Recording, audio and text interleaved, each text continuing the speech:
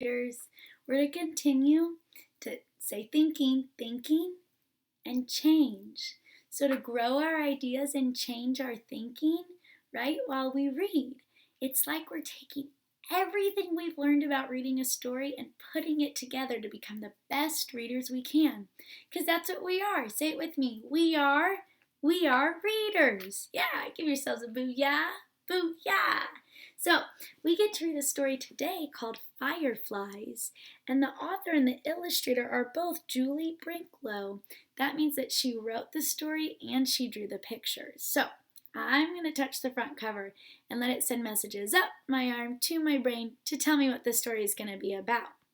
And here's what I'm thinking so far. Remember that our thinking can change, but at first I'm thinking that this is going to be a story about a group of kids who try and catch fireflies, but they can't catch any of them because the fireflies are too fast.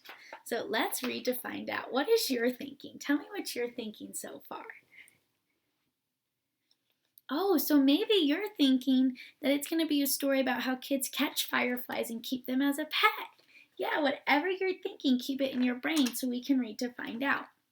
Let's make sure you can see this. On a summer evening, I looked up from dinner through the open window to the backyard. It was growing dark. My treehouse was a black shape in the tree, and I wouldn't go up there now. But something flickered there. A moment. I looked, and it was gone. It flickered again over near the fence. Fireflies. Don't let your dinner get cold, said Mama. Oh yeah, and I'm just going to add this in there, add to your brain. Fireflies is a compound word. Remember, a compound word is when two words get put together, they make a new word. Ready? Fire, flies, fireflies. Very good. This story must be all about fireflies. I forked the meat and corn and potatoes into my mouth. Please, may I go out? The fireflies! Mama smiled, and Daddy nodded. Go ahead, they said. I ran from the table down to the cellar to find a jar. I knew where to look, behind the stairs. The jars were dusty, and I polished one clean on my shirt. Then I ran back up, 2 steps at a time. Holes, I remembered, so they can breathe.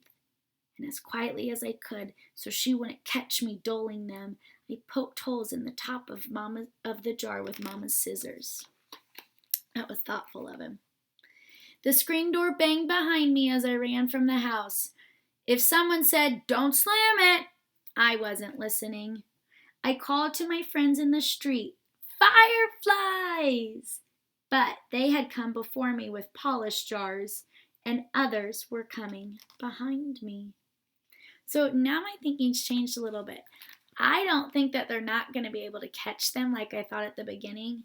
Because they have jars and they seem to have done this before, I think they are going to be able to catch the fireflies and keep them as pets. The sky was darker now. My ears rang with crickets and my eyes stung from staring too long. I blinked hard as I watched them. Fireflies. Blinking on, blinking off, dipping low, soaring high above my head, making white patterns in the dark. We ran like crazy, barefoot in the grass. Catch them, we cried, grasping at the lights. Suddenly, a voice called out above the others, "I caught one!" And it was my own. I thrust my hand into the jar and spread it open. The jar glowed like moonlight, and I held it in my hands. I felt a tremble of joy and shouted, "I can catch hundreds!" Then we dashed about, waving our hands in the air like nets, catching 2, 10, hundreds of fireflies, thrusting them into jars, waving our hands for more. So I'm going to use what I already know, my schema about fireflies. And I remember that if you catch a firefly in a jar, because I've caught some before, when you open up the jar, sometimes they don't fly out. So that's why they're going to be able to catch hundreds. So I'm using my background knowledge to think about this story. Then someone called from my house, "It's time to come in now." And others called from others' houses, and it was over. My friends took jars of fireflies to different homes. Well, now I'm thinking I've never taken a firefly inside my house, so I don't know what's going to happen when the firefly leaves nature. Remember, my thinking at the beginning predicted that they would use it as that he would keep the firefly as a pet. Now that he's going to bed, I'm thinking he might use fireflies as a nightlight. I climbed the stairs to my room and set the jar on a table by my bed. Mama kissed me and turned out the light.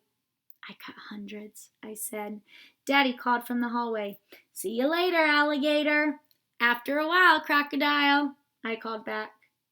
I caught hundreds of fireflies. He seems pretty excited, proud of himself. In the dark, I watched the fireflies from my bed. Yeah, so I'm going to use how I felt when I caught fireflies, and I'm going to use that background knowledge to think about how this character feels. I usually feel excited and curious. I always want to learn more about fireflies after I catch them. They blinked off and on, and the jar glowed like moonlight. But it was not the same. The fireflies beat their wings against the glass and fell to the bottom and lay there. The light in the jar turned yellow, like a flashlight left on for too long. I tried to swallow, but something in my throat wouldn't go down. And the light grew dimmer, which means it stopped being so bright. Green, like moonlight, underwater.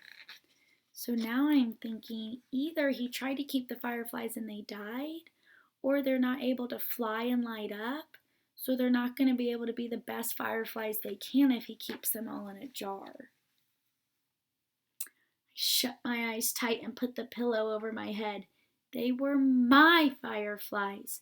I caught them. They made moonlight in my jar. But the jar was nearly dark. I flung off the covers. I went to the window, opened the jar, and aimed it at the stars. Fly. Then the jar began to glow. Green, then gold, then white as the moon, and the fireflies poured out into the night. Fireflies! Blinking on, blinking off, dipping low, soaring high above my head, making circles around the moon like stars, dancing. I held the jar, dark and empty, in my hands. The moonlight and the fireflies swam in my tears. But I could feel myself smiling. The end. So, if your thinking changed throughout the story, I want you to show me. Thinking changed. Yeah. So I used to think, I'm going to show you this sentence stem that you can use for your writing. I used to think that this was a story about neighborhood kids who couldn't catch any fireflies. But now I'm thinking that this story taught us about how even though it can feel so joyful to catch something that you worked hard for, sometimes it's best to let them go. And I also didn't know that I was going to learn about how fireflies' light can go dim when they're in a jar, and then they weren't dead, right? They just needed to begin flying again to start blinking and be fireflies. So that was a special story, and I hope that your thinking was able to change just like mine.